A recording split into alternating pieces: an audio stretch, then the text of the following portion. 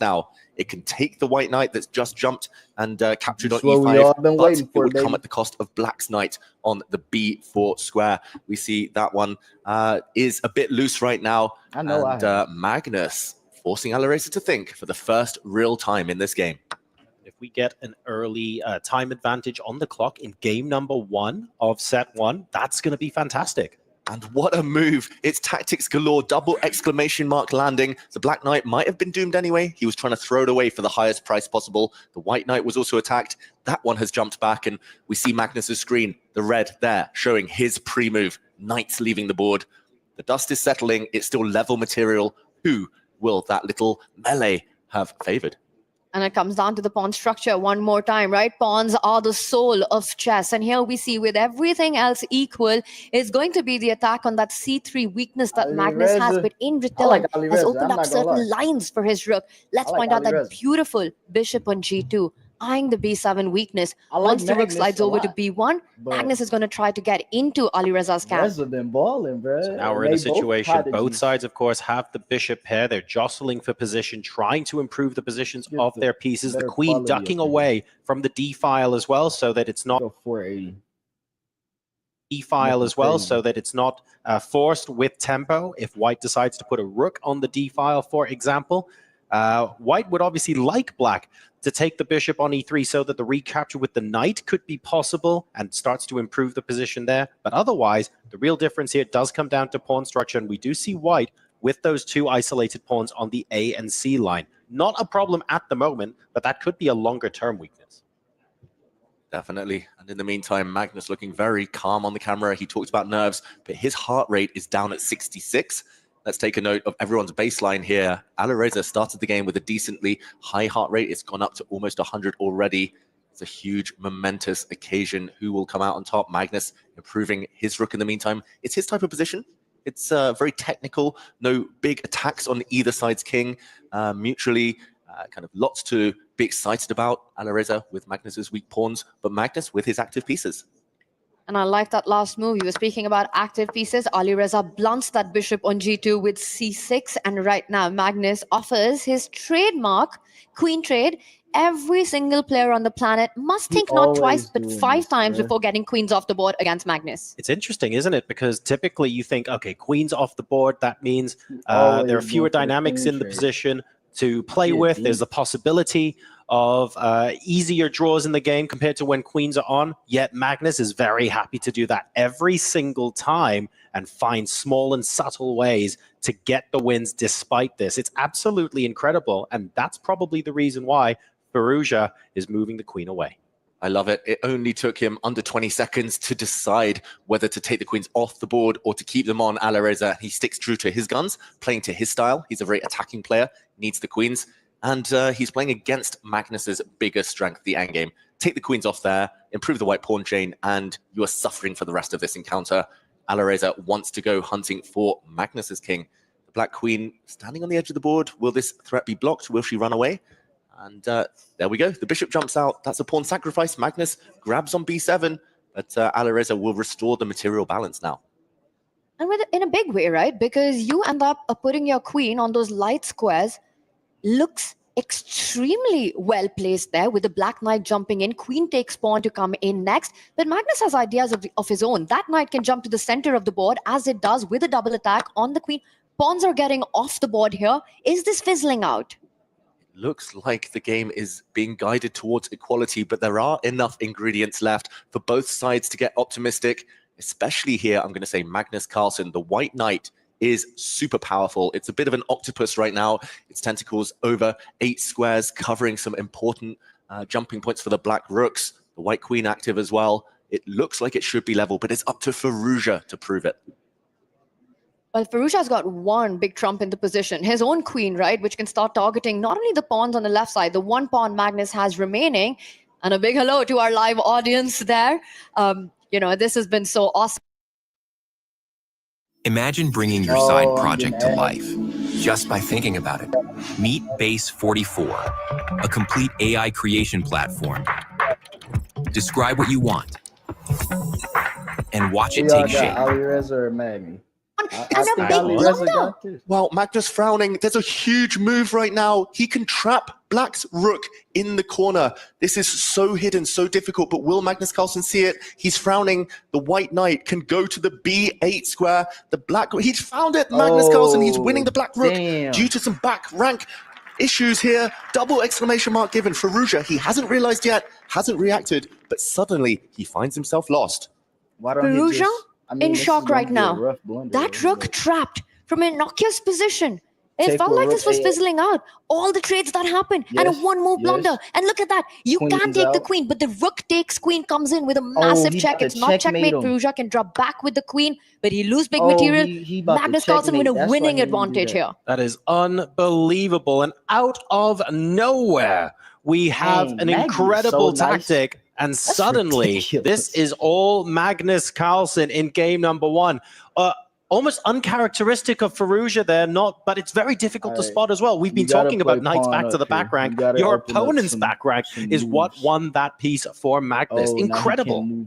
Yeah, it was so hidden. It was a queen sacrifice. So maybe we show in a slow action replay Can he hit him here with just the rookie, happened, what could have happened if Firouzia had taken the queen. In this position, it was better for the black queen to step elsewhere, maybe give the black king some breathing space instead, because after a queen slide to a3, we saw knight to b8. Such a rare pattern, almost unique, trapping the black rook in the corner, which had to take the knight, had to give itself up for the highest price possible, and then the queen sacrifice. Queen takes rook. If the queen had been captured, we would have seen a rook land, back rank checkmate, had to be blocked by the black queen, and ultimately rook for knight advantage. That is the status quo in the current position as well. If we catch up with the current game, but it's the queens coming off, might be ending very shortly. Magnus Carlsen is going to pick off Black's pawn, the a7 pawn. It's going to be rook versus knight, but no fortress here. 3 pawns versus 3 pawns on the same flank is known to be a winning endgame. Magnus knows it too. This is busted for Firouzia. And what a gift this has been in game one. In the very first start, where it looked like Firouzia knew everything that he was doing and doing it absolutely right, keeping control on the clock, taking the pawns off the board, having his own activity, and then a one-move blunder. Unbelievable. Magnus was in shock. It's out of nowhere. And while that's unbelievably shocking, at the same time, how many times have we said it's come out of nowhere when we're commentating a game involving Magnus Carlsen? He generates these opportunities. He generates his own luck. That's so swaggy. Incredible that that's happened. Now we need to look at the reaction of Firouzia. He knows that this first game is probably a loss. However, what can he do about it? What does his mentality look like? He has to recover from everything that's happened. I think he has to calm himself down. He's not resigning. He's going to try to fight this out. But in his head, somewhere he's getting ready for that fight in game two. Rather than rushing to that after a blunder, many times in our own heads, we're sort of accepting the reality of what's just happened, getting ready for the fight that's coming on, where he will be playing with the white pieces. But how trivial is this endgame as Firouzia tries to set up a fortress? It still takes time. Magnus will still need to maneuver. At the moment, he's trying to break through with his king. He's going to have to use teamwork here. White rook and white king need to target the base of Black's pawn chain. It's all about the f7 square. Black's got to keep it defended with his king. He's got to use his knight to shield and shoulder away White's king as it tries to approach that pawn. And if this is a theoretical win for White, how does he break through? At what point does Black no longer have any defense against this? It's when that pawn falls, simply. It's when the white rook lands on the 7th rank and when the white king, is able to approach. At the moment, it can't get any closer, but Magnus now taking away squares from the black knight, liberating his rook. Easy to kick the black king away, but it's the knight and the jumps there you must be careful of. You know, what was so impressive was that pattern, the tactical motive that Firouzia missed on the board and allowed his own rook to get trapped in its starting position was spotted by Magnus in under 1 second. The moment Firouzia moved his queen to the wrong square, Magnus, you could see it on him. He leaned forward. He was locked in. He knew that Firouzia had made a massive blunder. Look how the black knight is actually trapped on its back rank. No squares. Magnus, almost with a head bob, kind of shaking in the chair now. He knows this is a dream start to him. I'm not going to fault Firouzia at all. That was the most hidden trick most sneaky tactic I've seen so far at the EWC. And there we go. It's the first result of the grand final. Resignation in game number 1 after an incredible tactic out of nowhere. Magnus Carlsen wins game 1 in set 1 and takes a very, very strong advantage. Don't forget, it's a best of 3 sets in the grand final, so the comeback mechanic is still there. There's plenty that can still happen. However, it is very much advantage Magnus. And comebacks are something that Alireza Firouzia is used to. We remind everyone, and of this moment where Magnus again endgame, that's easy play for him. Give him an extra rook against the knight. He converts. Score be very. That'd be the top score ever. It would be my PB.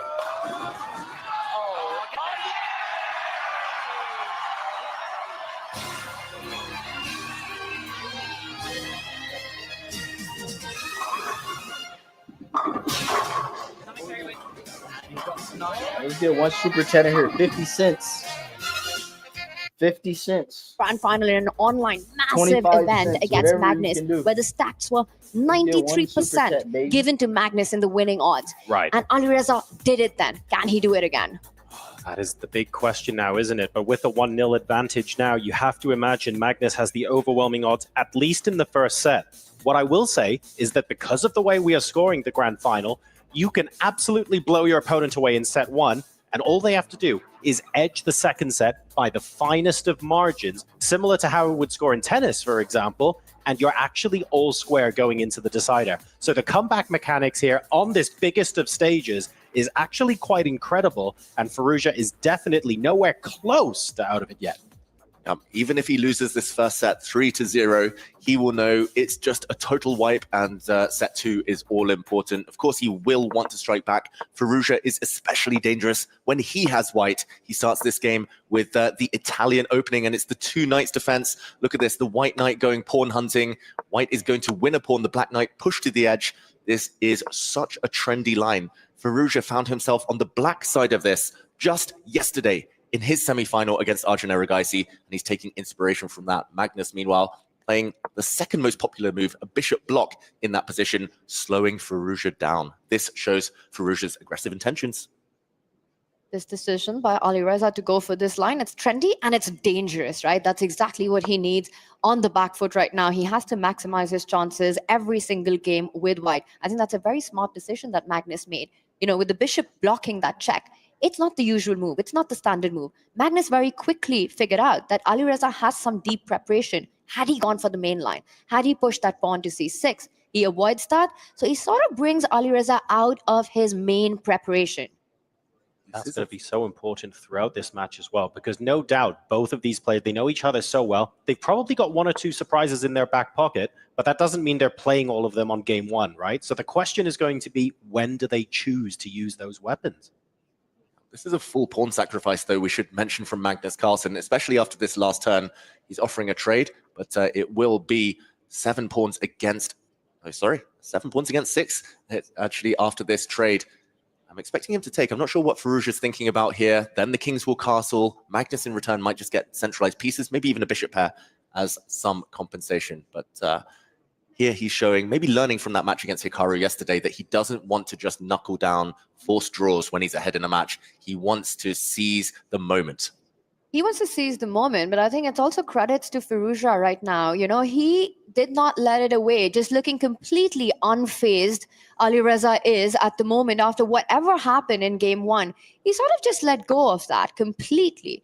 So, and that is a sign of a champion, to come back from a 1-move blunder at the biggest stage and go like, there's a whole fight on, the whole day in front of me. And, I'm going to make my chances. And that's the opening approach he has. He comes back with the knight, attacks the bishop, a trade at the center. If you pick up the white bishop, that would be a bad idea. Knight takes bishop would come in with a check. Exactly right. So creating some counter chances there is Firouzia, keeping the position relatively complicated and forcing Magnus Carlsen to keep thinking. Although it is Firouzia that goes down on the clock here. He wants to try and wrangle his way into some sort of advantage. This isn't going to be winning in 1 or 2 moves. That's not the intention. What he wants to do is make Magnus uncomfortable, make him think about his responses twice, sort of start doubting himself, and that's where the micro mistakes start to slip in. They said it in the pre-game interviews where I believe it was Alireza who said, if you're playing Magnus, you are still going to get chances, but if you don't take them, you're going to pay for it. Well, in game number 1, it was Alireza who gave Magnus the chance, pounced on in less than a second, like you mentioned, Tanya. So if we see the reciprocal, we are going to get to see how quickly Alireza responds in kind. In the meantime, still 1 pawn up for Alireza after that last trade. He's 1.5 minutes down, though, almost. And black has a threat over the next couple of turns of the knight landing in the center. That's going to scare Firouzia somewhat. It's going to slow him down. He might have to take preventative measures or trade off that knight. Either way, Magnus looking very relaxed. You do get the kind of impression here that it is home preparation from Magnus Carlsen. He's only spent a minute. This is a move 11 now. And psychologically, that's difficult if you know you've walked into something your opponent has studied before. Especially when you're the one who wanted to spring in that early surprise and had a different preparation in mind. You know, again, a very smart decision of the black bishop moving to d7 on move 6 by Magnus Carlsen in this game. Now, Alireza has that extra pawn, but it's the lack of development in his pieces. The king's still in the center. For Magnus, the initiative is there. You know, it's ahead in development, the knight jumping to d4. Once you castle, the f-pawn can move up the board, kicking out the knight from the center. Easier to play short-term for Magnus Carlsen. Alireza, he still needs to consolidate his position. I think your points are absolutely spot on here. It's the psychological impact and, if you like, the psychological win of going into your opponent's plan and then throwing him off his game. I mean, 9 minutes plays 6.5 in a game where Firouzia is white and wants to win straight away. Like, to what extent is this going to really damage his preparation for any future surprise weapons he has against Magnus? If this is the response, wow. Exactly. There are only so many weaknesses in an opponent's opening arsenal in their repertoire. You have to try and target them. But if you walk into something they've studied, that really is a bit of a blow. That being said, the clock situation, we've seen it so many times before. Alireza Firouzia down on time. Even at the 1 minute mark, though, he's a beast. He plays arguably better than anyone. If it gets down to a time scramble at any moment in this match, you've got to favor the younger player here. So he will be trying to keep his time advantage, Magnus Carlsen. He does need to drag Magnus down to 1 minute as well to push home that advantage, though. If he's got 1 minute and Magnus has 5, not sure how good that's going to be. Yeah, that's the tricky part, to make these greats think. But he has forced Magnus to pause for the first real time with this last pawn push. The strategy for Alireza in this match would be surprising if it is to win out of the opening. He's playing against Magnus. How do you even prepare against a guy like that who plays everything under the sun? The aim would be to just get a position, a playable position, which is got those messy tendencies, that little chaos on the board, the complications where he forces Magnus exactly to come where you are. Under 1 minute on the clock, where Alireza, I think he believes he's perhaps even faster than Magnus if that was to appear with all the... maybe not all, but as many pieces on the board as possible and as much chaos as possible. That's when the match gets truly even. That's going to be the goal, right? If we see both players get down to a situation where they say have less than 90 seconds on the clock each, and it's a relatively equal position dynamically, but lots of play, Alireza becomes so dangerous. But if in the process of forcing the time down, Magnus is already in a better position, then the plans become easier. It's easier to convert. Even if you're slightly slower, the path to victory is clear, and that's what Alireza needs to stop. The path to victory should never be clear for Magnus, because once he sees it, he's like a homing missile. There's no stopping him. Exactly. That's why he's so good in the end games. He knows exactly what to aim for, Magnus Carlsen. In the meantime, this position is fascinating. Give back an extra pawn to black, make it level material, and Magnus has the advantage. Black has the bishop pair. Black's central pawns look glorious. But he does have something to suffer for Alireza, having his extra pawn, and it's just a question of whether he can make it count. The white king in the corner not looking extremely comfortable here. Black's light squared bishop staring at it. Magnus is smiling on the camera in the meantime. Fascinating stuff. He must love his position, but the material imbalance must give Alireza some hope here, Tanya. I think he's thinking about his bow and arrow right now. Already? He's loading up. Early days, but you know, he got that first shot in. He did. And that's something. Look like Reza got a good position. I know Alireza Magnus be is flying up a little high, bit, fast slightly and on the precise. speed valve Fast, bar he's right not now currently. with this Behind on position, the but clock by about a minute. Magnus, meanwhile, I don't lines up feel the like queen this on the position G line. is super Alireza brings terrible. his queen I'm not seeing all closer the to the bishop, tactics perhaps either, trying though. to I'm not a high neutralize that skill level bishop pair player. that Magnus has I know they in probably got compensation for tons the of extra pawn. tactics. Bishop c5 was the idea, was the threat. We might see it being played out, even though Magnus can now decline the trade after moving the rook away. Yeah, that's the one thing that Alireza wants. Since he is a pawn up, he wants simplifications, whether it's bishops off the board, rooks off the board, maybe even queens off the board. What Magnus wants is some kind of attack against the white king. Magnus will avoid trades at all costs if he can. And there we see, as Tanya predicted, the bishop trade offered. Dark squared bishops coming off the board would be disastrous for Magnus. It would reduce some of his attacking potential. He's going to dodge that, surely. You can't afford to trade it. Allow the queen in. Beautiful square for that queen. You can't give up your bishop pair. It is the big initiative in the position that Magnus has. But where do you move it to? And he does step away. He answers the question. Bishop to f6, always eyeing that e4 break, which would further open up the diagonals for his two bishops. White has the potential for a d4 break, but I'm so scared every time I look at this because I think if White has a strong way to respond with e4, I'm worried that the position could blow open in a way that maybe the white pieces don't necessarily want. We could be seeing this played out on the board. Yeah, things are about to heat up right now. It felt like both sides were just maneuvering. To my eyes, it actually looked like Firouzia was maneuvering slightly better than Magnus here. It felt like Magnus, the black rook, the black queen, not quite coordinating with the rest of their army. So Firouzia deciding to strike. Again, trades here help White. Magnus exchanging this pawn, he will not be happy about that if that comes to pass. But if you don't take it, that white pawn might just continue advancing. Tension on the board. We do advance, okay. This Okay. is worrying. Will Firouzia do the same? He does. He kicks away black's light squared bishop from its nice post. Magnus pausing. He could take the white knight. We could start seeing a tactical sequence akin to what we saw earlier in game one, where a bunch of trades happened in breakneck speed. But no, Magnus prefers to retreat. He's going for the white king, while Alireza just wants to consolidate his extra pawn. But this gives the time to Alireza to retreat his own bishop, again trying to target the trade that he really wants of the dark square bishop. With the move bishop d4, it could be the moment to use that to blunt out that bishop, take away any possibility of bishop takes knight as well.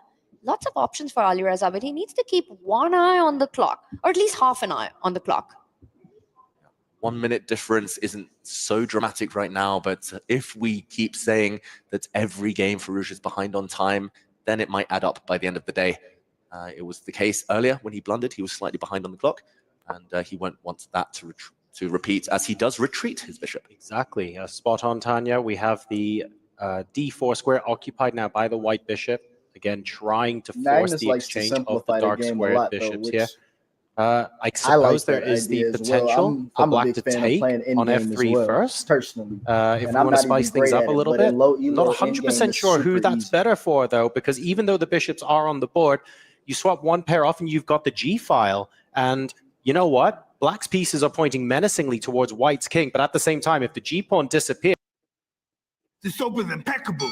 The deodorant is impressive. The body wash ferocious. Give Dr. Squash your heart. Buy Dr. Squash for your skin. And store it online at drsquash.com. Feel like a man, smell like a champion. In 2013, Detroit was the city America forgot. A city in bankruptcy, divided and broken. Then a different kind of leader stepped forward. Mayor Mike Duggan brought people together to put politics aside, and together they found solutions. The 47,000 abandoned houses that plague Detroit have been reduced to 2,000, with thousands of new housing units being built all across the city. Detroit has built a new riverfront ranked as one of America's finest. Says white, but clock says black. Not sure I like this for Magnus, I've got to admit. I think Firouzia's done fantastically well in order to establish a bit of control here in the center. And I think that central square that you're alluding to, once the knight jumps to that point, the rook lining up on g1, suddenly the bishop pair gone, the knight getting stronger, 4 versus 2 on that left flank. C-pawn starts marching up the board once the knight is out of the way. Also, let's point out, Magnus's last move has a threat. Queen takes pawn in the air, so knight e4. He's inviting him to place it in that beautiful spot, also countering the threat. I'm guessing that's also part of the reason why the black pawn protects the e3 square if black wanted to infiltrate with a rook. Not sure there's enough time to do that, though, because of the c2 pawn being potentially weak, and also because if the knight jumps into e4, there's a real risk that you end up with a rook on the wrong side of the board without support. But you know, Alireza, he's not playing the most natural 4 move quickly. There's something in a about knight very e4 weird because it's format. screaming to be played. You know, it's the hand But move, it's exciting. or in this case, the mouse It's move that you exciting, it's really want to exciting. rush into playing. But he doesn't like something about it, David. I don't really see why not. Maybe it's the fact that the black bishop has the ability to challenge the light squares. Either way, Alireza, he's tanked for too long on this move. The difference on the clock is telling. They say a he's pawn got a is lot worth of a defense minute. on this square Now here he's as well, currently though. almost 2 minutes If he down. hops in a knight, he Magnus could is just going to be gaining sacrifice the in rook, confidence the I longer believe. this position doesn't see a 'Cause move. what is he gonna do, take Alireza back with really the needs to queen? speed up. It feels like No. this final so far. There we go. The most natural move just took too long. And okay, Magnus instantly ready with his response. And that's the problem. You take that long, your opponent knows exactly what he's going to play to the first move that comes to everyone's mind here. It also signals He's got to way Magnus. more defenders here, Alireza though. has And been then in what the if he tank. doubles He's up the thinking rooks here? about an alternative. While your opponent's time is ticking down, you get to have a think What if he yourself doubles about up the what rooks other on this moves file? he was thinking Because that's about, an open which means file. later on in the game, you're prepared for those ideas, and you've used your opponent's time to come to that realization.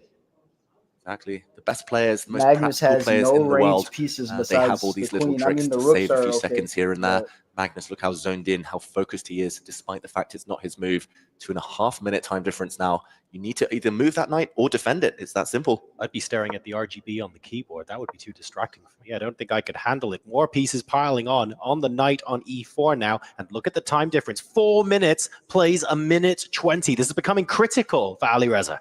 And he's trying to desperately calculate here with this remaining minute. What will happen if black next move takes this knight? You can take with the bishop, maybe even with the rook. that's what and I thought. tactics Double up the will rooks. start to land on this board. The white 'Cause king in the he's corner completely is very, dominating this very file. I mean, vulnerable. this file End is games might be completely imminent, but Alireza's. Firouzia just I doesn't don't have see time to the work them out. plan He's or the spending way too long. tactic 1 here. minute versus 4 now. He can check. He's thinking for far But too that's a long in free this piece. game. I mean, this is just unbelievable, right? Because we're And on move 27 and the biggest if decisions the lie queens ahead come right off now. here- Magnus Carlsen, he might be down a pawn, but he's not going to make your life easy. Now there are tactics. This is what you need to think. And the board goes red, the clock goes red for Alireza.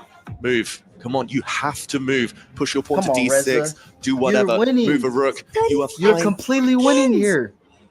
He's frozen. Just frozen. sacrifice the Alireza bishop. Firouzia freezing Oh there, my making goodness. a rook move. And look at this counter strike by Magnus Carlsen, taking the white knight off the board. Double Oh, that exclamation was- mark. that- yeah, He's counterattacking against the white queen. Look at what's about to Yeah. happen. All the rooks coming off. Yeah. White's 2 rooks are forked there. One of them had to give their life up. Take it. Magnus has Come equalized on, this Ali. endgame. You're It's winning. level, but not on the clock. You're winning. And Magnus is now going to play to flag Alireza Firouzia. His rook, the more active one. Magnus about to pick up the d5 center pawn. He's just thinking, does he throw in the check? He decides not to. And that is Magnus Carlsen thinking to himself, he knows this is a draw.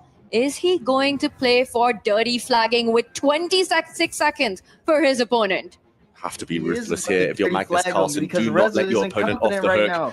I can't Firouzia, believe if the he's shoe was on actually the other shook like foot, this. he would be playing for time He's right the now. He's Three one and a of the half best minutes too. versus 26 seconds. At This this is point, an it's not elite dirty. It's position. expected. He plays on. He 100% plays on. He's going to play this on even with an hour on the clock. It's an end game. You know, he sees the imbalances and look at Yeah. that. He thought he'd force Alireza into a think about this and Alireza makes a wrong decision. This is what happens when you have no time on the clock against the world number one. Exactly. It's easy for black to create a pass pawn on the right flank on the king side, 3 versus 2.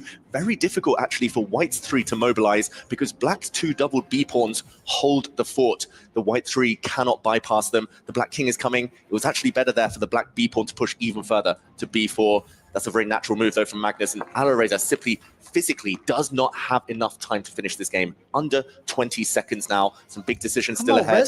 Magnus, bit of a shake of the head. Firouzia there, echoing that. Same for I'm him. not even that He great, knows but I he's mean, going to get flagged. this is winning for him. One of Firouzia's biggest I feel strengths like is just this the is number winning of for moves, him. the sheer number of moves he can get in under 20 seconds. But this position, where every move needs to be calculated, every Push the mistake can be a pawn. losing move, Come on, push that the is pawn. hard. Yes. 17 seconds, Yes. David, Magnus gets this done. You would say that, but I'm looking at the Firouzia, position this last move completely is backwards, fantastic. though. The white king is This holding is, the black king. It's keeping it honest. I've been If the black looking king at ever the gives way, position the white completely king backwards steps this whole forward. time. I'm Firouzia thinking with that 16 Magnus seconds. is white and It's actually quite an easy Reza draw is now. black, but he But just does played he white. have time? That's the big question. Magnus has really This is winning slowed for down. black. This would be god-level hold by Alireza Firouzia if he manages to save this king pawn ending with only 15 seconds against Magnus. Magnus smiling because he knows it's a dead draw. There's no way through for the black king into the white half of the board. The black king can try all at once, but there's no path forward, and the kings are already starting to dance. It's a fortress. And a repetition. Draw by repetition. 2 minutes and 2 seconds, plays 14 seconds, but we were reduced to a position where all Alireza Firouzia had to do was move the kings backwards and forwards. An attempt was made to see if a mistake could be forced under time pressure, but Alireza hold. Magnus Carlsen 1.5, Alireza Firouzia a half.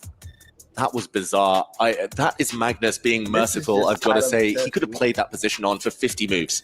He could have desperately tried to flag Alireza.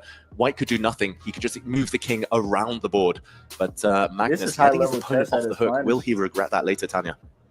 That's the big question, and only time will tell. But I will say that was a god-level save by Alireza Firouzia. And there was that moment when Magnus, not only on the clock, but on the board, was completely winning. These last few moves, yes, technically a complete drawn ending. Black having no inwards, no path towards that victory. Alireza had built that fortress. And this time turns out Magnus believed in those fortresses. Yeah, the way that we got to that dead drawn ending was anything but dead boring. It was a very exciting back and forth game. Ultimately, though, it means that a win in the next game would take the first set for Magnus, but we need to get a full point in order for that to happen. So right now, set 1 continues. We will be resuming with game number 3 after this break.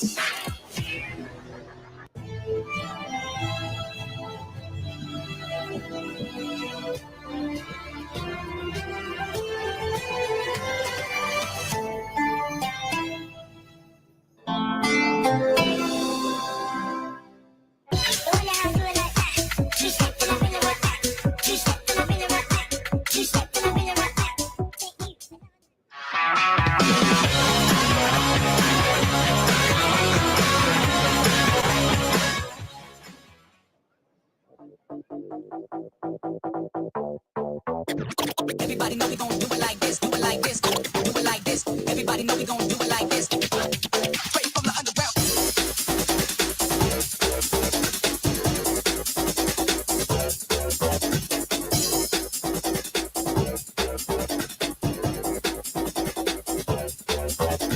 Everybody know we gon' do it like this, do it like this, do it like this. Everybody know we gon' do it like this, do it like this. Straight from the underground. Everybody know we gon' do it like this, do it like this, do it like this. Everybody know we gon' do it like this. Straight from the underground.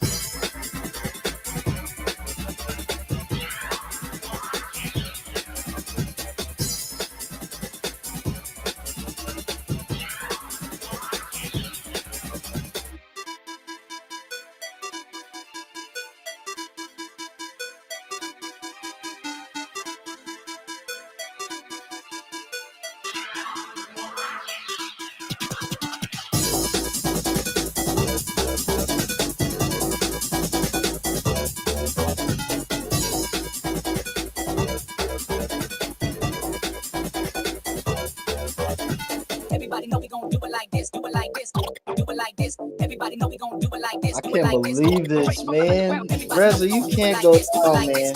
You can't go down. To elite, Magnus has been the best forever.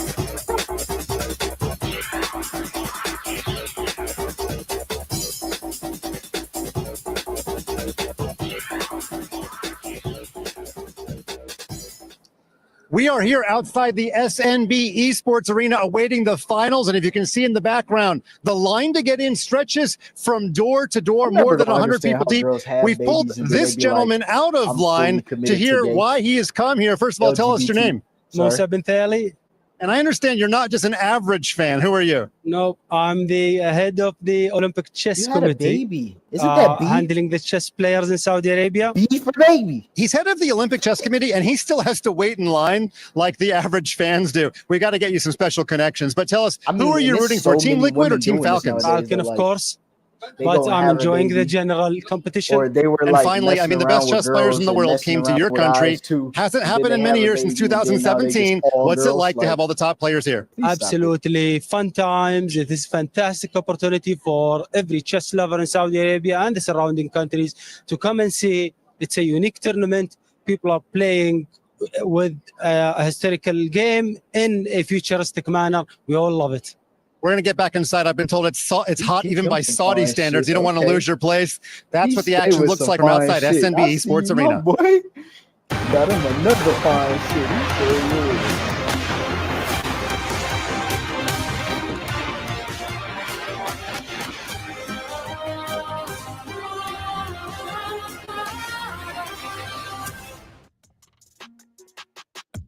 We have started the grand finals here at the Esports World Cup. We are deep into the first set. 1.5-1/2, the current score in favor of Magnus Carlsen, the world #1.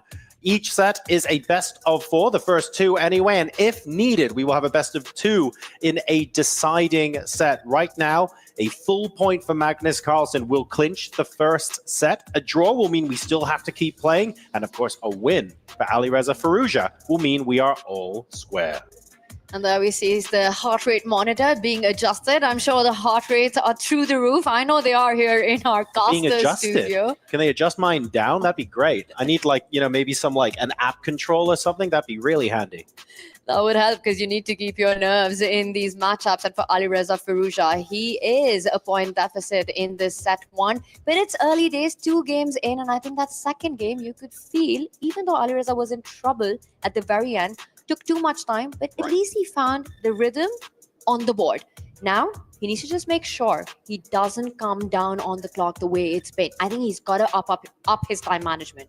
It has been a weakness of his, Alireza Firouzia's, in classical chess and rapid chess, that he does spend a bit too much time in the middle game. He was moving so slow there. I was enough leeway in the ending. There he escaped, but he will not escape too many times in future. The clock looked okay up until the point in that late middle game where suddenly, I know he didn't have any time just his a couple increment, of but moves. damn.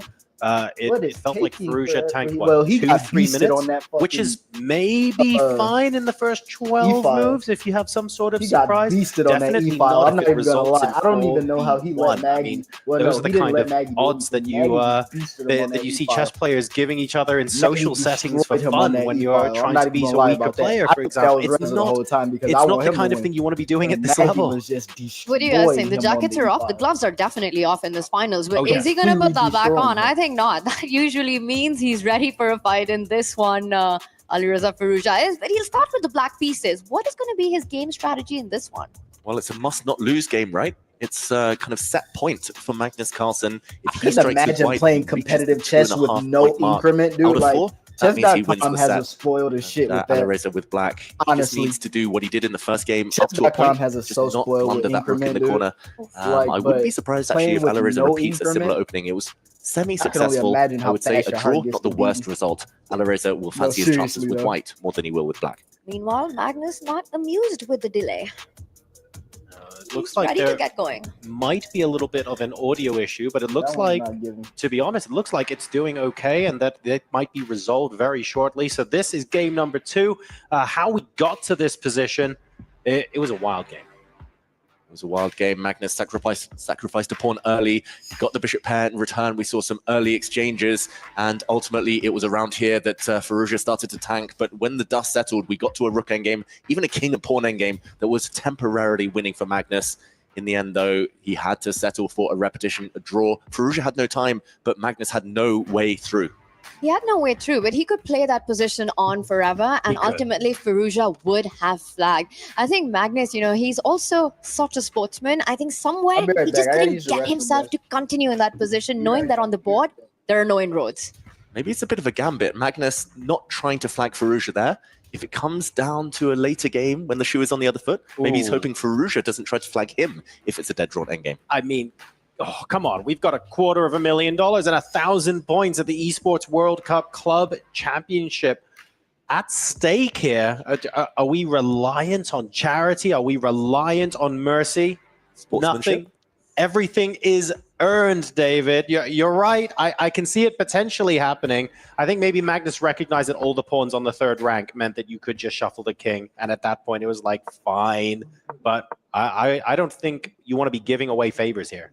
But, Magnus has done that before. When his opponent has blundered with a mouse slip and lost on the spot, he sort of returned the favor in the very next game by doing exactly the same, just to level the score and saying, reset, let's go. Let me suggest something subtly different. Magnus does that because he is so certain that he is going to win over the board. He is so certain that under normal circumstances, without the mouse slips, without the mistakes, without the flagging, he would win anyway, that he gives it back not out of mercy, out of confidence. It's possible. It's possible. Who knows when it comes to Magnus Carlsen? Very mood dependent. In the meantime, we see the Caro Khan defense. And here, Black setting up with the Fianchetto, White doing the same.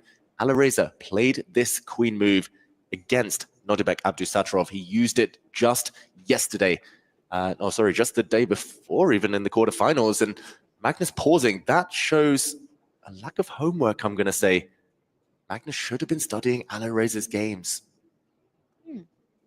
Pause here, surprising. The first thing there by Magnus after the queen move. And I think what he wants to do now is think about... Yeah, you can teledoc that. From smart scales and expert coaching to personalized nutrition plans and more, you can teledoc that. Get started today at teledochealth.com. Caro Khan action, baby. Sorry, y'all. I could let the ad play. Y'all got some Caro Khan action in the house. I love Caro Khan, so I'm glad to see this. I want to see this line here because Caro Khan is probably the tension the best immediately. He can capture defense, one of White's central pawns, or he can wait. Maybe develop the knight that depending on hasn't how yet well you entered the understand it action. and how well you The way Alireza opponent now understands has been it. surprised. Magnus with the jacket Gives off. you a good opening. Meaning business. Honestly, maybe I he feel had like studied this before. Maybe just that get some pause good trades in. recollect things to lull Firouzia into that false sense of security. We do see a trade. Magnus takes back with his knight, not giving himself the big pawn center, maybe reluctant to get isolated pawns there. But now it looks like the whole center will liquidate. It's going to be symmetry a bit later on. And it's going to be about who can profit from that scenario. And so many knight jumps once that pawn trade at the center of the board happens, because pawn takes pawn will definitely be met by the knight recapturing. Right. Alireza isn't going to give a weakness at the center of the board. We can expect then Magnus and knight to jump at the center. Or will he just do Magnus things? One move that Magnus loves to play is pushing the h-pawn forward. Whether he's castled the king or not, h4 always on the cards. Modern chess, when in doubt, play h4. What do you foresee? Is it going to happen? Is Magnus going to resolve the central tension or play on the wings? Big question. Does he want to keep the tension right now or add to it? I don't mind if it's Magnus or anybody else. I just want to see h4 on the board. So I'm very, very keen. I'll say one thing though, John. If h4 happens, I think Alireza stops the advance. You really don't want that pawn to go all alpha 0. In this case, alpha Magnus on you with h5 coming in and then a potential h6. Sure. Yeah, exactly. I think the logical response to h4 is h5, admittedly. And then from that point onwards, it's a little bit harder to get super excited about it because the follow-up to build that kingside attack, especially with the bishops pointing at the queen side, might be a little bit more difficult. But h4, certainly worth a try. Yeah, so no wing play against the Falcon yet. Instead, it's some knight action as we see Magnus the first to blink. He trades off a bishop for knight. Very controversial decision, I'm going to say, because he's parted with his beautiful light squared bishop. The white king, a bit airy on those light squares, but Magnus laughing, smiling again, looking very, very happy with his position. He gained a tempo against the black queen, which is forced home. But now the white knight on c4 is hit and needs to decide. Magnus seems in very good spirits. I don't know if that's a good thing or a bad thing for Firouzia. Usually that's a bad thing. Magnus is the strongest player on the planet any day, but when he comes in a good mood, he's enjoying his chess. He knows he's up in the match already, feeling the floor in his position. Now, he's taking a decision. Does he go aggressive with his knight d6? Or is he going to have a more cautious approach? Just These come back guys to are the so center of the board. tactical, man. Knight to e3 was what I was it's going to like suggest. every single And then piece I just is realized that guarded knight e3 is twice. probably the one square you Like, don't want to especially move when it the to. pieces are That bishop still on f4 involved. would have been These trapped, guys but are look so at that. tactical. Oh, hello. Like, I Magnus love it. Carlsen inviting a lot of complications. Bishop d6. I'm That's a thriving double to reach attack. this It is a level of fork chess. on the black Like, rook I and the gotta, black knight. I don't Magnus want now to looking up to the the skies. best in the world. He's pretty If much it happens, forced it Firouzia happens, here to but take his knight. The I white just bishop's going want to to take the be black knight. elite like Taking the this. rook would have led to a material deficit for Magnus, 2 pieces against a rook. So now it's level material, but the black rook can save itself. Don't know why Firouzia is pausing here. Rook to e8 is the most logical move in the position, and he's playing against the bishop pair, Magnus. And that's the surprising part, right? He's also helped Firouzia get rid of that problem in the center, the pawn that was there. And now after all these trades, it's going to be Firouzia getting his bishop to h3 with even potential checkmating ideas. The kiss of death on g2 if the queen and the bishop can line up against that white king.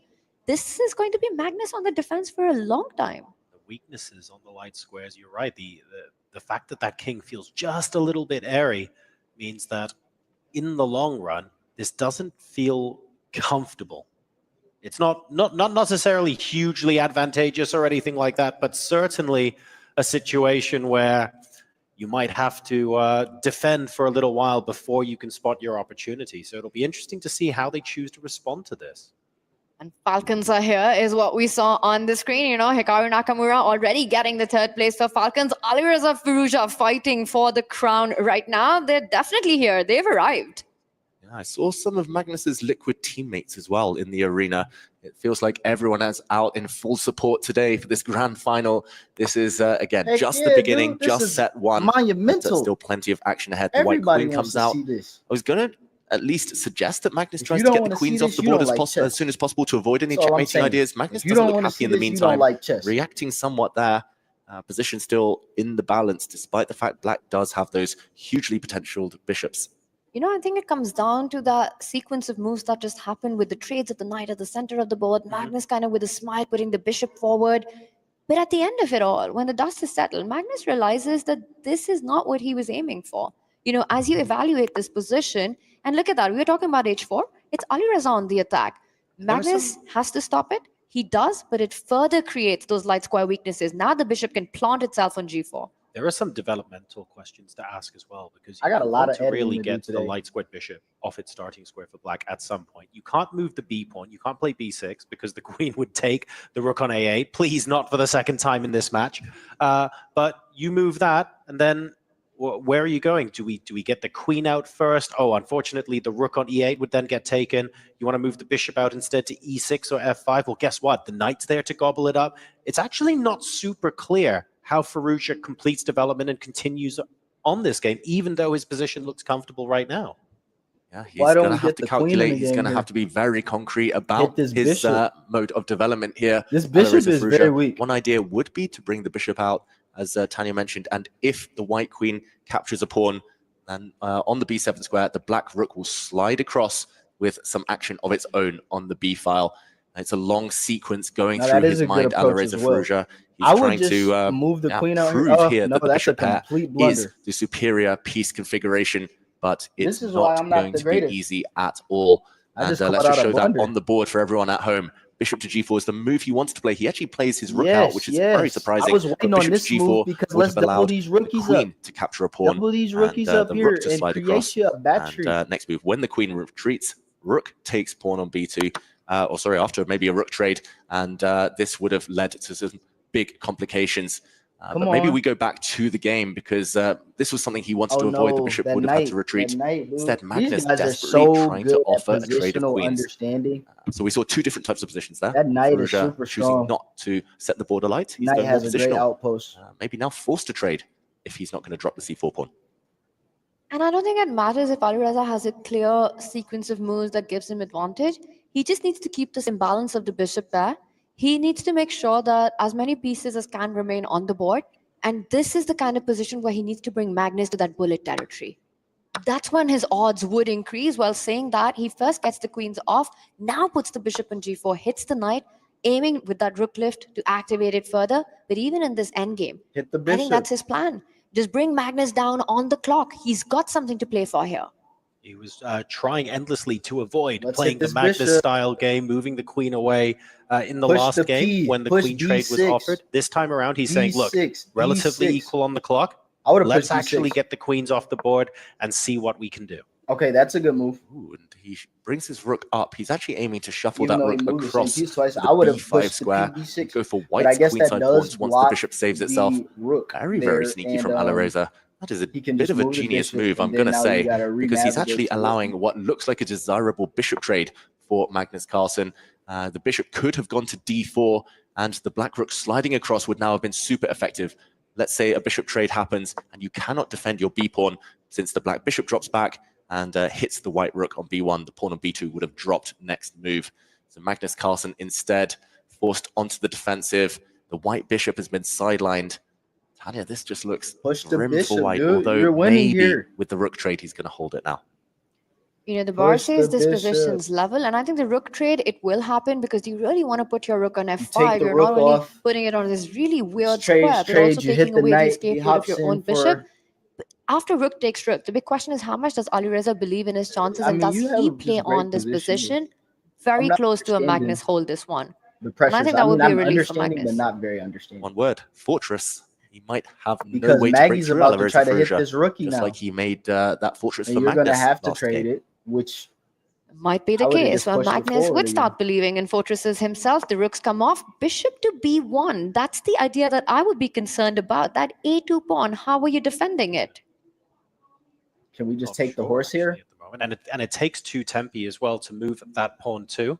So I wonder what's going to happen here and whether that is It's simply not a the great line. Is trade, there maybe but- a counter punch somewhere that that white can do, or is this one of those situations where Push even the B if pawn. we have a pawn in balance and Push we go a B, pawn up, push it's B. not enough to convert? I'm pretty sure Magnus has missed this, by the way. I don't think he's seen this idea. We haven't seen a reaction on the camera from him yet. He's trying to keep a poker face. But if that move lands, Tactics. Magnus is going to have to scramble to try and hold equality. Eval bar still says 0.0, but not obvious how white holds that one. That would be Alireza returning the favor from game 1. It was the b8 square the knight landed on in game over. There's so But for some many reason, Alireza better decides to moves keep here. the balance, doesn't put his bishop on b1, but it's a threat that you need to watch out for.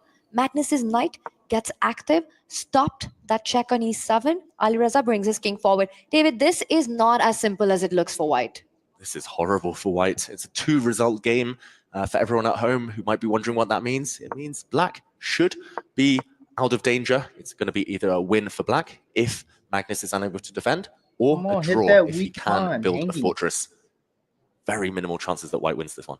Now, Or let's trap see this to bishop what on extent your the clock side. is going to Something. play I a mean, role in we this need game as something, well. man. Magnus Carlsen, 4 minutes 40, playing just under 3 minutes. For Come on, Alireza Reza, I'm Firouzia. with You you, know Reza. what? He had 4 versus 1 in the previous game. So, frankly, this is Said already Ali a Boumaye. little bit better. You But he see needs to them in the- not go in the tank Said now. Ali Boumaye. Alireza can start dominating that knight that has jumped too far away with no They said squares to Ali return. Boumaye. And look at that bishop on e4, the black king heading towards the center of the board, combining all these ideas. The only thing, he needs to move fast, Alireza does, for a real shot at winning and equalizing this match.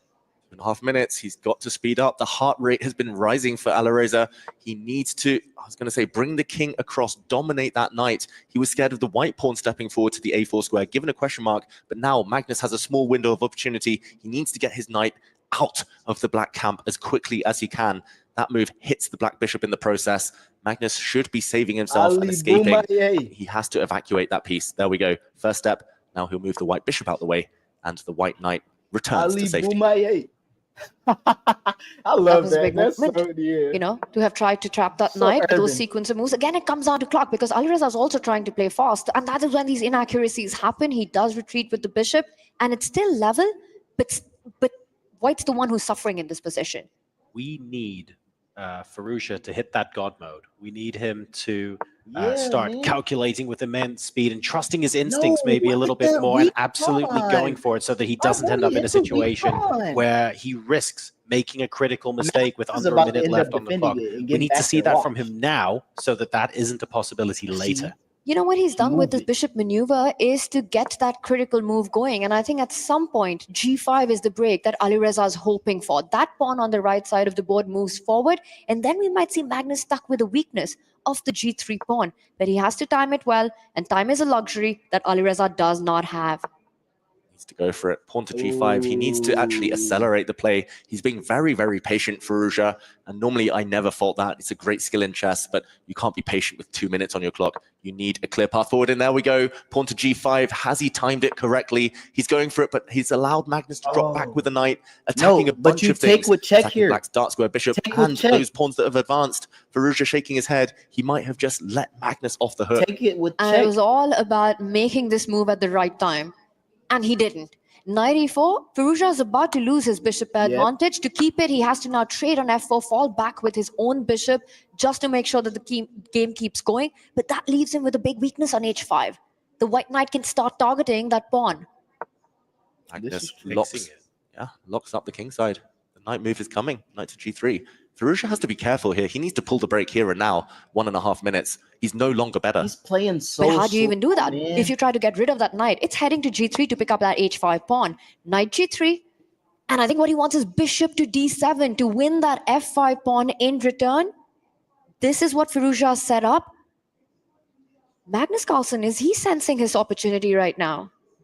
This is Firouzia's plan. Magnus sees it and is looking for a way forward. Ultimately, the eval bar says 0.0. It looks like both sides have a way towards a draw. But again, how hard is Magnus going to press on the clock? He moves his bishop out the way. White knight, okay, could have gone back there. Instead, the king defends the pawn. Black's dark square bishop can't really move. Can't really get around. And that's what Magnus did with his bishop move, right? He took away all the squares that Alireza's dark square bishop had to give a check to that white king. Can't go to d8, can't go to d6. Alireza comes back with his own bishop. Magnus can repeat.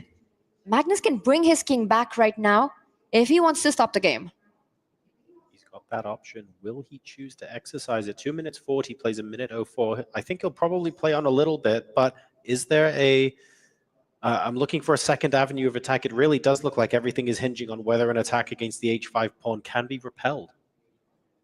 You just cannot let the black dark squared bishop in, Magnus Carlsen. He's trying to make sure that he doesn't allow any counterplay. He retreats his king. This is the second time we've seen that position. Oh, Alireza goes for the win this time. He could have forced a draw instantly by bringing his bishop back. He actually goes around. He's trying to check the white king. That is potentially very dangerous. Black bishop not only will check the white king, but it's going to go behind and start snacking on the base of white's queen side pawn chain. Magnus here, he's the one who has to pull the brakes this time. This is a very scary threat he's facing. That was a great That is move. huge. If Magnus allows that, the whole house collapses on the left side of the board. He's going for a counterattack of his own, attacking h5. This has suddenly become a 3-result endgame.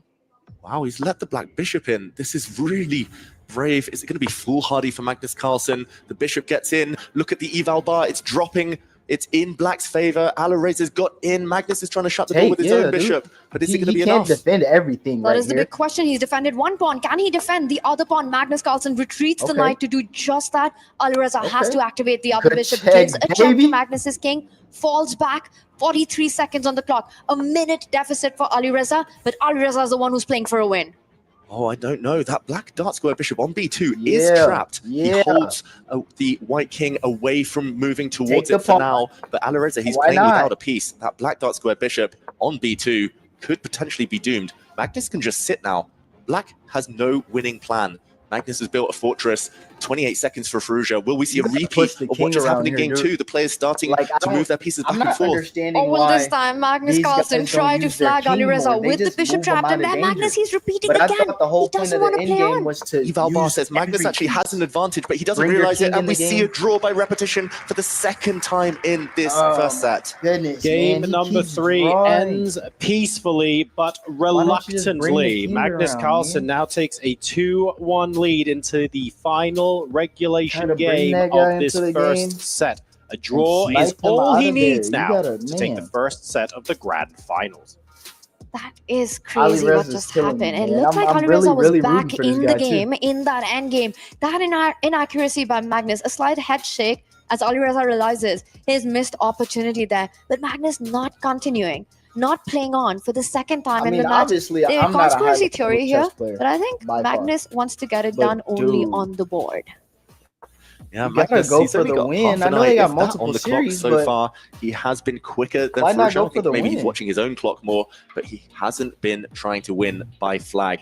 As we see on the top right of your screens there, super high accuracy this game from both.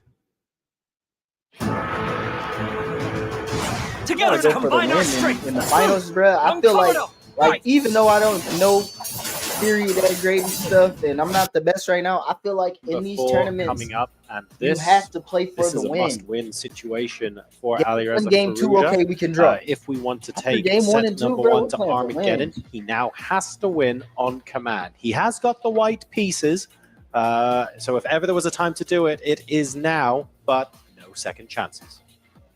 And he needs to take inspiration from his Falcons teammate Tanya Hikaru, who struck back twice against Magnus. And what a match that was. He needs to do just that. Not look too far away, but soar pretty high in the sky. With the white pieces, Alireza Firouzia, will he go for the attack that he did in game 2? Will we see another king spawn opening? The 2 knights defense. Will the knight move forward early on? Alireza trying to figure all that out. What will be his opening approach against the world number 1? Looking for a must-win here is Alireza. Nice images there. Some Magnus fans in the arena. It's not just the Falcons represented. Absolutely not. With the keys in the background as well, they want to see their man put the key into the trophy, grab that 1,000 points for the club championship. We'll see if he can take a concrete first step towards doing that now. This has the potential to be the last game of the first set. Will Carlsen get it over the line?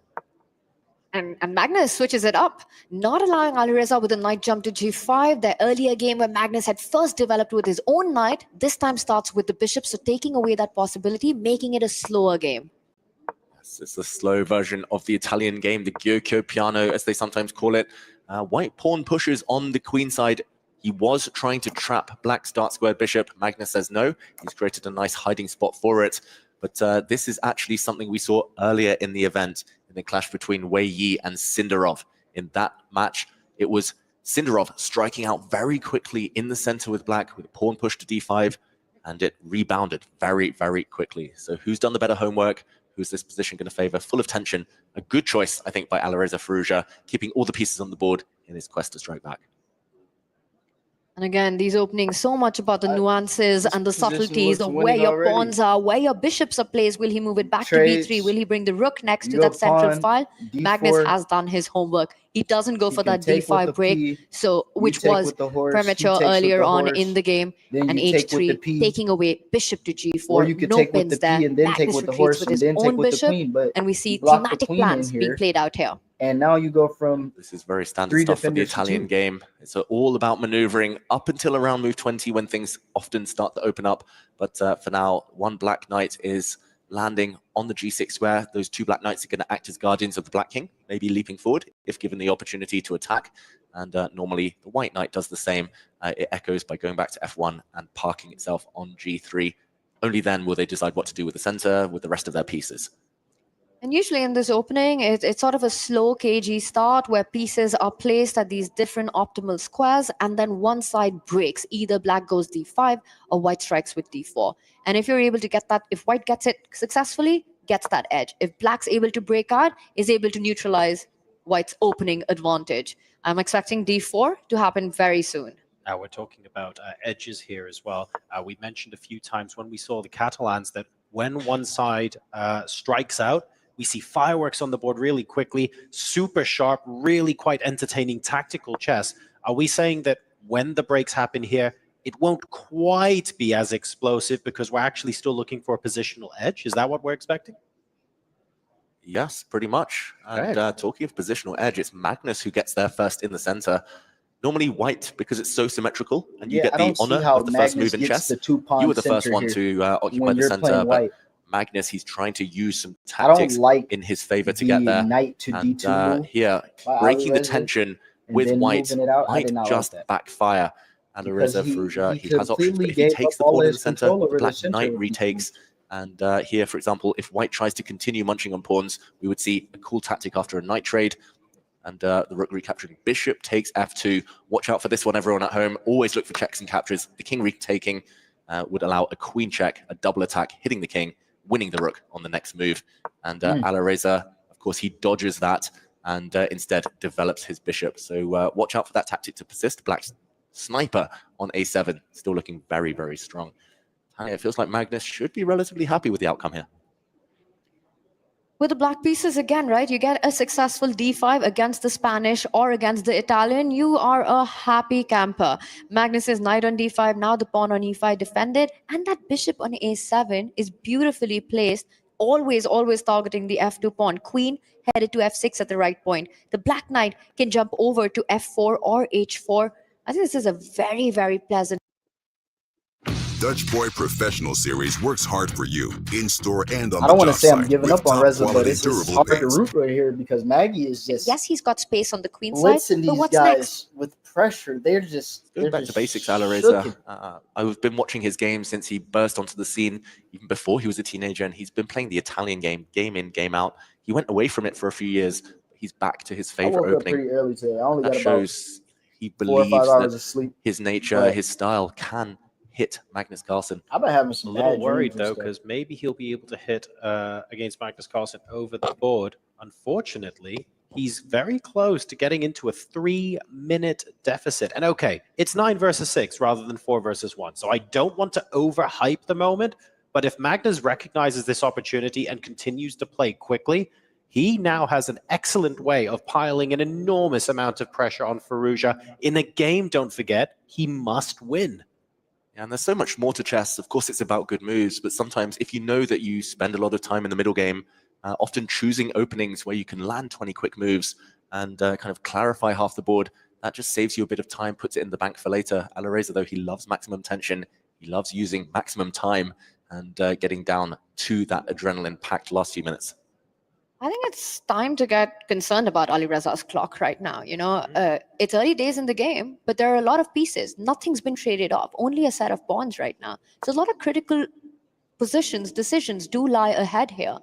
And it also shows the confidence and the style of the position, the nature of the game that is as right now. For Magnus, I think it just suits him. It's easy play, pieces are developed, no big weaknesses.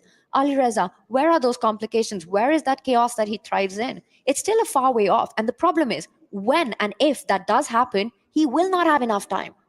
Also, let's be honest, happening, you know, the going down on the clock and really struggling under pressure, okay, can be a bit of a coincidence once, but multiple times it's becoming a little bit of a pattern, and it's something that Alireza needs to psychologically break out of.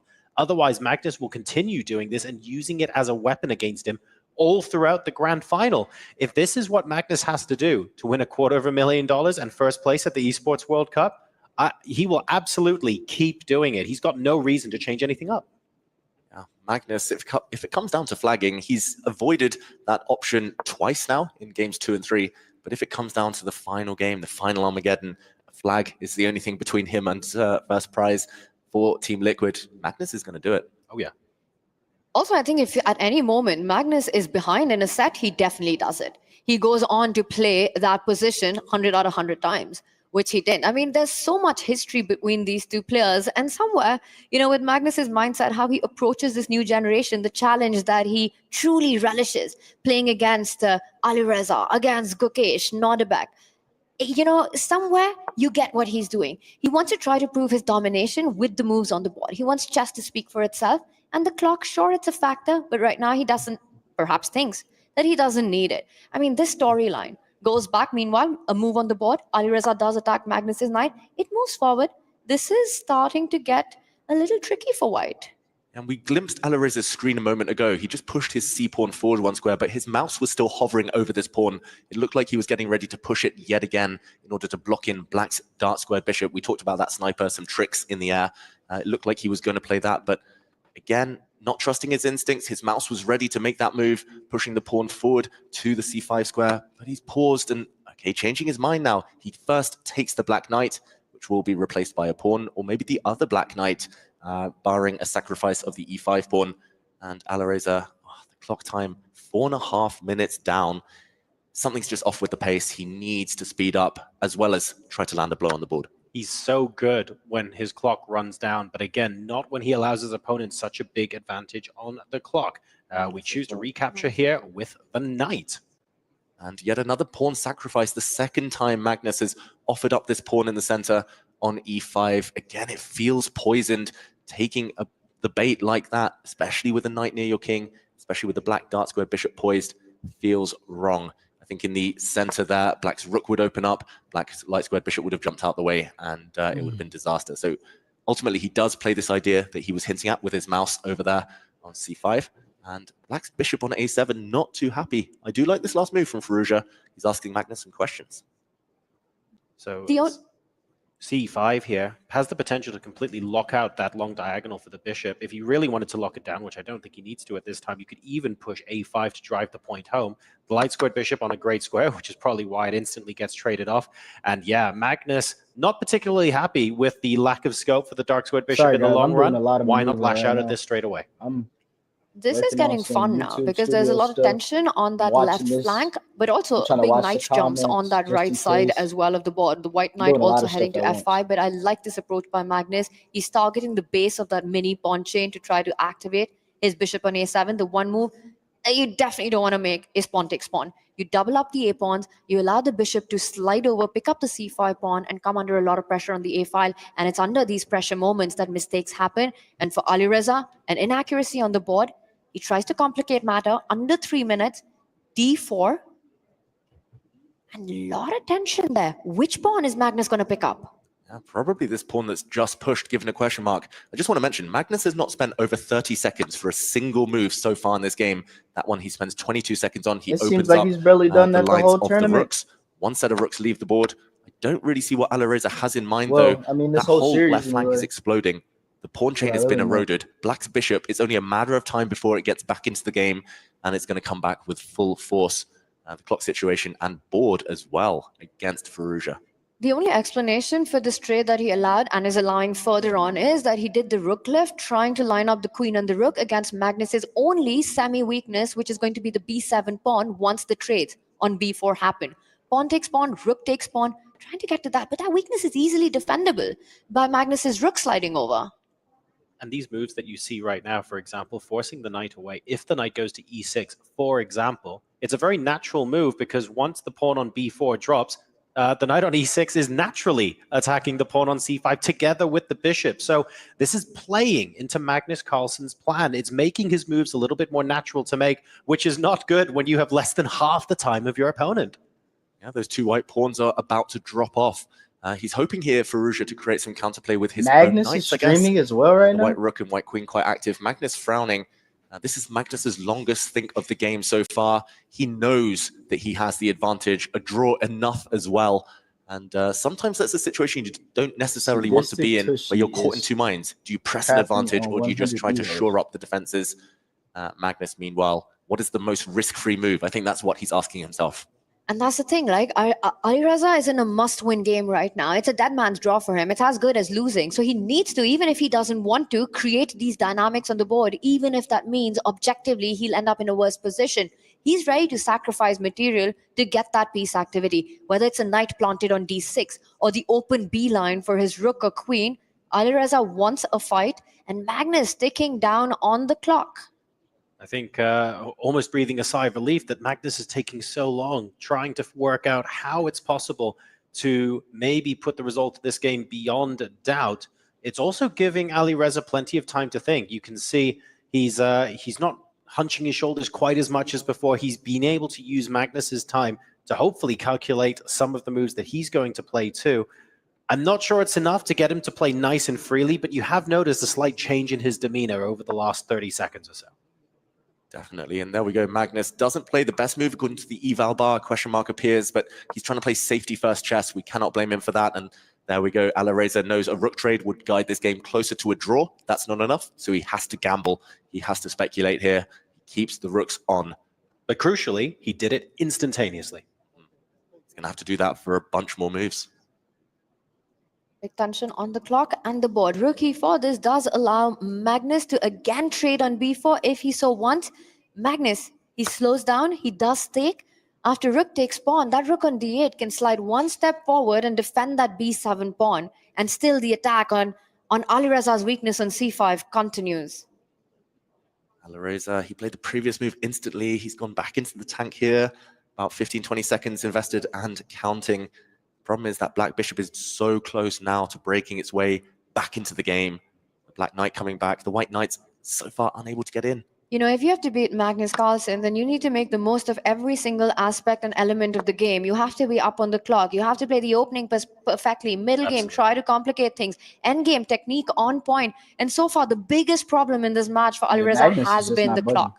Because in those final moments, we've seen the blunders happen. It's beginning to look like the way to beat Alireza in this grand final is to give him choice.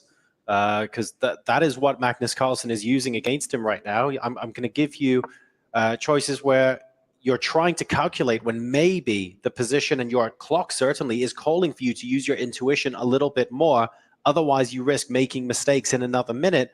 And it seems like 10 times out of 10, Alireza is choosing to hard calculate instead of trusting his intuition, which is odd because his intuition is so good. That's the reason why he is such a beast when his time gets low. I don't understand. Mr. Intuition, and right now Magnus has won a pawn. The black bishop is out. He's like most importantly, if the white rook goes to the top of the board with a check, the black bishop can drop back and he keeps letting his time get freaking ate alive. Super healthy for Magnus, but it's only temporary. Every game, Magnus and the black bishop is going to save the day.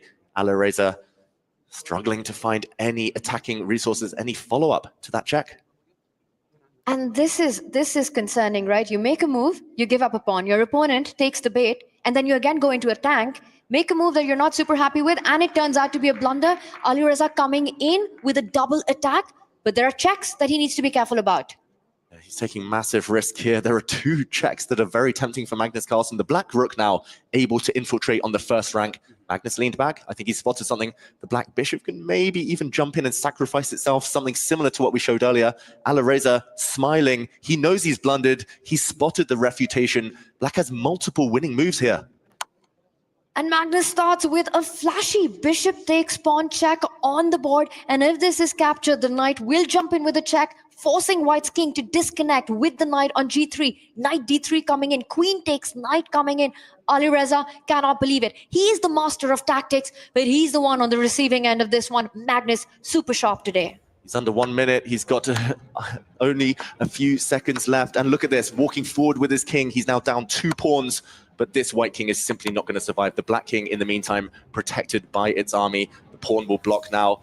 Magnus's queen can even block, and this one is going to be over. Magnus will surely not let Firouzia back off the hook there, and there we go. It's actually checkmate to end this game. Checkmate on the board, and it started with bishop takes f2 at 3.5 minutes, plays 1. Magnus Carlsen takes the full point, and with that, the first set in this grand final. Advantage, Team Liquid. I'm not gonna lie. Magnus Carlsen is crashing in on the Falcons. He's drowning the competition here. I mean, unbelievable what he's done in set 1. You know, wins in game 1, wins in game 4. The middle 2 games he could have pushed to flag Alireza, doesn't do it. And this was the brilliant move. Bishop takes pawn, the start of the end.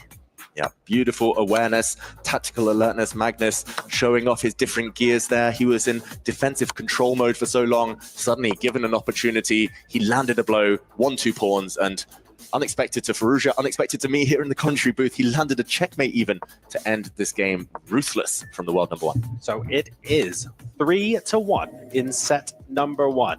That means that Magnus Carlsen takes that home now. We should point out, if Firouzia is able to take set 2, it doesn't matter what the scoreline is. It could be 2.5 a half. It could be 2-2, and he wins on Armageddon. It doesn't matter. They would be 1 set all, okay? So that has got to be the goal for Firouzia right now. He needs to forget about what just happened and focus all of his energy on winning that second set. Let's go ahead and head back to the studio to break it down and see what Alireza has to do to come back. Thank you so much, Caster. Set 1 is all Magnus Carlsen as he takes down Alireza Firouzia in 3-1 fashion. I'll remind everybody that Alireza joined or entered the day with not a single lost game in this tournament. Magnus, he hands him 2. One of those coming with an actual checkmate on the board, Maurice. That is rare to see a top player actually hang mate in 1, but he was already busted in that position. And let me tell you, this was pure dominance by Magnus Carlsen. Game 1, clearly him. Game 2, he could have dirty flagged his opponent, and game 3 as well, as he was way up on the clock. He could have just made a bunch of moves, and Alireza would not have been able to keep up. But Magnus, all class, decided, I'm not going to win like that. Let me show you how I'm going to win. I'm going to mate you on the board. Yeah, it's not over just yet. There's still at least one more best-of-4 set coming our way where Alireza can try to equalize. But then, Feingold, we have got to talk about this Magnus Carlsen. He said yesterday in the post-game interview, I'm readying my bow. I've got more arrows in the quiver, and I'm ready to take down another Falcon. So far, he's living up to that. Yeah, this is by far the best that Magnus has played in this event. He saved the best for last, which he often does, making my prediction look silly as usual. I guess the ladies were right. And once again, Magnus wins. It's that game 1. You give Magnus one single chance. He takes it 1-0 decisive fashion. But it's that second game for me, Maurice, that it goes exactly to the point you're making. Where Magnus, you can call it cocky, you can call it confident, you can call it classy. Any way you slice it, he is making a statement by not going for the flag against Alireza Firouzia. I've seen it happen multiple times. I've been doing commentary on Magnus now for over a decade. And you see how sportsmanlike he is. He wants to beat you on the board. He's been known to play a match online and his opponent actually disconnects for some reason, and when the opponent comes back, Magnus tosses the next game, just resigns. So that's not how he wants to win, and so he doesn't want to win here by actually dirty flagging anybody. He's like, you know what, technically that's a draw, I'll give it to you. Next game he could have done the same thing. Technically it's a draw because I'm just better than you. And that's got to be inside of Alireza's head, because I tell you, if the shoe was on the other foot, Alireza would have very nicely said, hey, we got to play on the clock. It's part of the game. It just shows that Magnus is super confident alongside the fact that he's an ambassador of our sport. Any other player takes those flags and nobody would have blamed them for it, because there's a lot on the line here. But I got to say, Ben, right now we have not seen the stone wall on the board, but it kind of feels like Alireza is playing into a stone wall named Magnus Carlsen. That's right. And you're not talking about the opening called the stone wall, because nobody's playing that here. Yeah, Magnus showed why he's Magnus, and Alireza has to really amp up his game if he wants to make this a contest. Okay, talk to me about what that looks like then, amping up his game. It's another best of 4. You've got a little bit of time to rest and retool towards it, but you now have to win this best of 4 to even force the next best of 2. So what do you want to see Alireza do here? I want to see Alireza play faster in the opening, faster in the middle game, put more pressure on Magnus. He's way behind on the clock in every game. That's not a recipe for success. Every single person here and every single person around the world wants to see this go the distance, Maurice. But that means we're asking a lot of a young guy in Alireza Firouzia right now who just went down 3-1. What do you want to see? Well, he has to take a page out of Hikaru Nakamura's book. Forget these solid openings, positional play, nuanced style. That ain't working against Magnus Carlsen. This is what Magnus wants. He plays control chess. What Magnus, if there's any weakness in his illustrious game, is when chaos is on the board. And Hikaru Nakamura showed that. If you can muck it up a little bit, you might have to play an inferior opening line that has tactical chances, but maybe you're at a deficit to start. That's what Hikaru did with the King's Indian. That's what he's going to have to do, Alireza, in order to maybe throw Magnus off kilter, as Magnus loves it when it's just him and we are just driving down the road or strolling through the park and I'm going to kick your ass. That's what's going to happen. So that's Alireza trying to make the comeback. Let's talk, though, about how Magnus Carlsen closes it out right here with the expectation that Alireza is going to come in with some new strategies, maybe some new creativity or a change of pace. How does Magnus just lock it up here and now? For Magnus, it's more of the same. Play the same way he did in the first match. He knows he's a better player. He's played better. Magnus doesn't have to change anything. He just has to keep his cool, keep having the advantage on the clock, and hope that Alireza goes too far in trying to muck things up. You know, and that there was one thing I don't like what I'm seeing is how demoralized Alireza looks. Come on, man, bring it. Yeah, we called you a favorite for a reason. You got yourself to the grand finals. Let's see you fight the world number 1. Either way, Magnus Carlsen is up 1-0 in our total sets, but Alireza can strike back. Let's go to Mike for a word of what it looks like on the ground here at EWC. Well, as you just saw, Magnus Carlsen took the first set 3-1. I'm here amongst the crowds. I can see people playing chess on their Imagine being able to build anything, for any reason, in any style, at any scale, just by thinking about it. Meet Base 44, dragon, man. a complete Too many AI draws, creation platform too many made for missed anyone with an opportunities. idea and a drive to bring it He to doesn't want to life. fight the dragon right now. Into the arena, I saw Hikaru Nakamura re-enter the arena with his second Chris Littlejohn. I asked Hikaru, hey, are you going to Alireza Firouzia's green room? Are you going to help him? Hikaru said to me, I'm going to go help him if he wants me to. So I don't know if Alireza is going to accept the assistance, but Hikaru has rushed back into the arena, and he is available for his teammate for Team Falcons. That's the picture on the ground, but it all comes down to these two gentlemen who are about to step back onto the stage. It's Magnus Carlsen up 1-0 in the set. Alireza Firouzia looking to challenge back and equalize, forcing a best-of-2 in the end. This is your grand final here for chess at the Esports World Cup. We're going to a break. When we come back, the casters are going to get you right into it.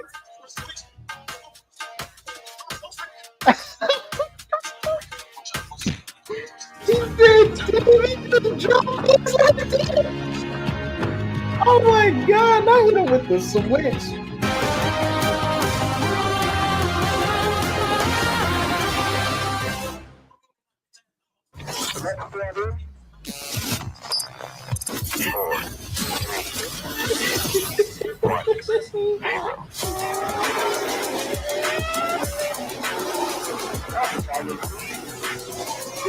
Did we just jump up like that?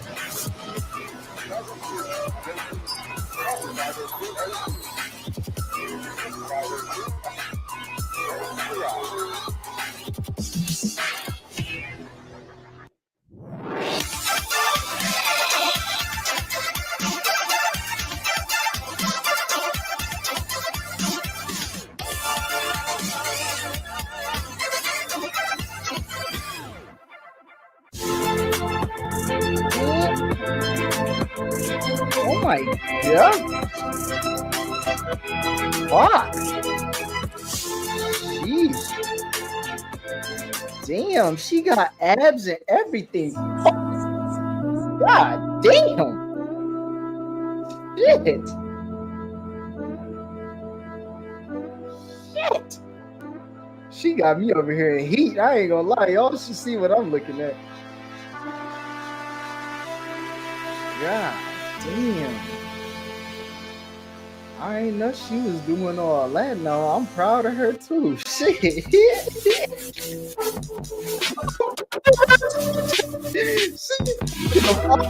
God damn.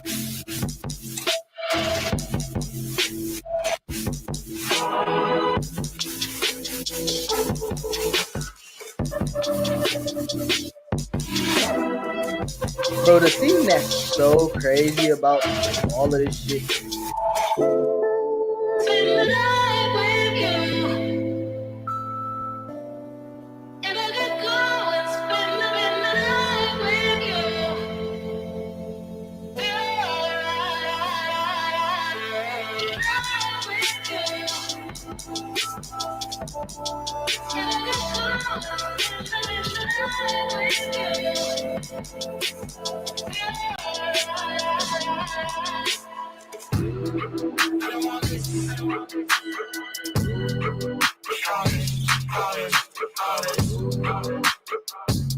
Man.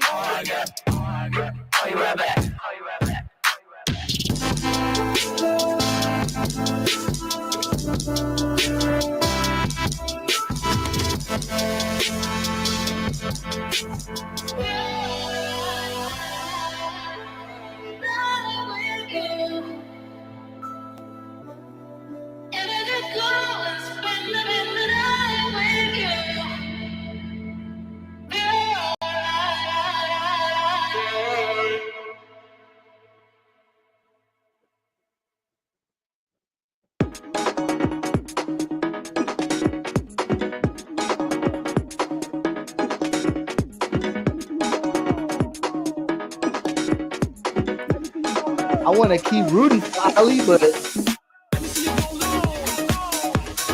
I'm worried. It's not looking too great.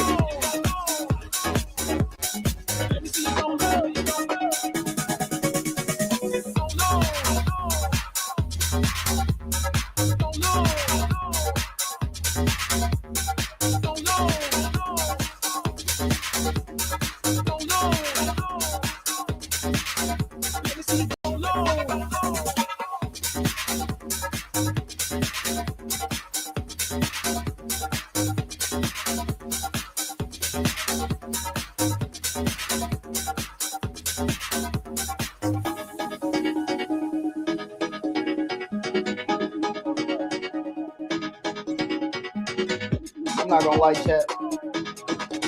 We might wrap it up. I think I'm gonna wrap it up.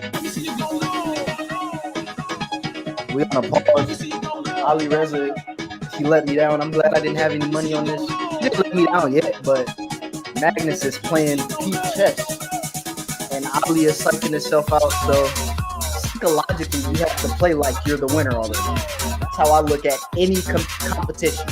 You have to play like you're the winner already. You have to be aggressive. You have to stay true to being a fighter in competition. I know chess is a lot more analytical and strategic than any other competitive sport, but if you take yourself mentally out of winning, it is hard to win. But yeah, I think I'm gonna wrap up the stream, man. It was fun. Did a small little watch party. Checked it out for a bit. I'm not gonna continue to watch this personally. I'm probably about to play some chess myself and begin editing. But thanks to everyone who viewed. If you didn't view live, catch you the next time.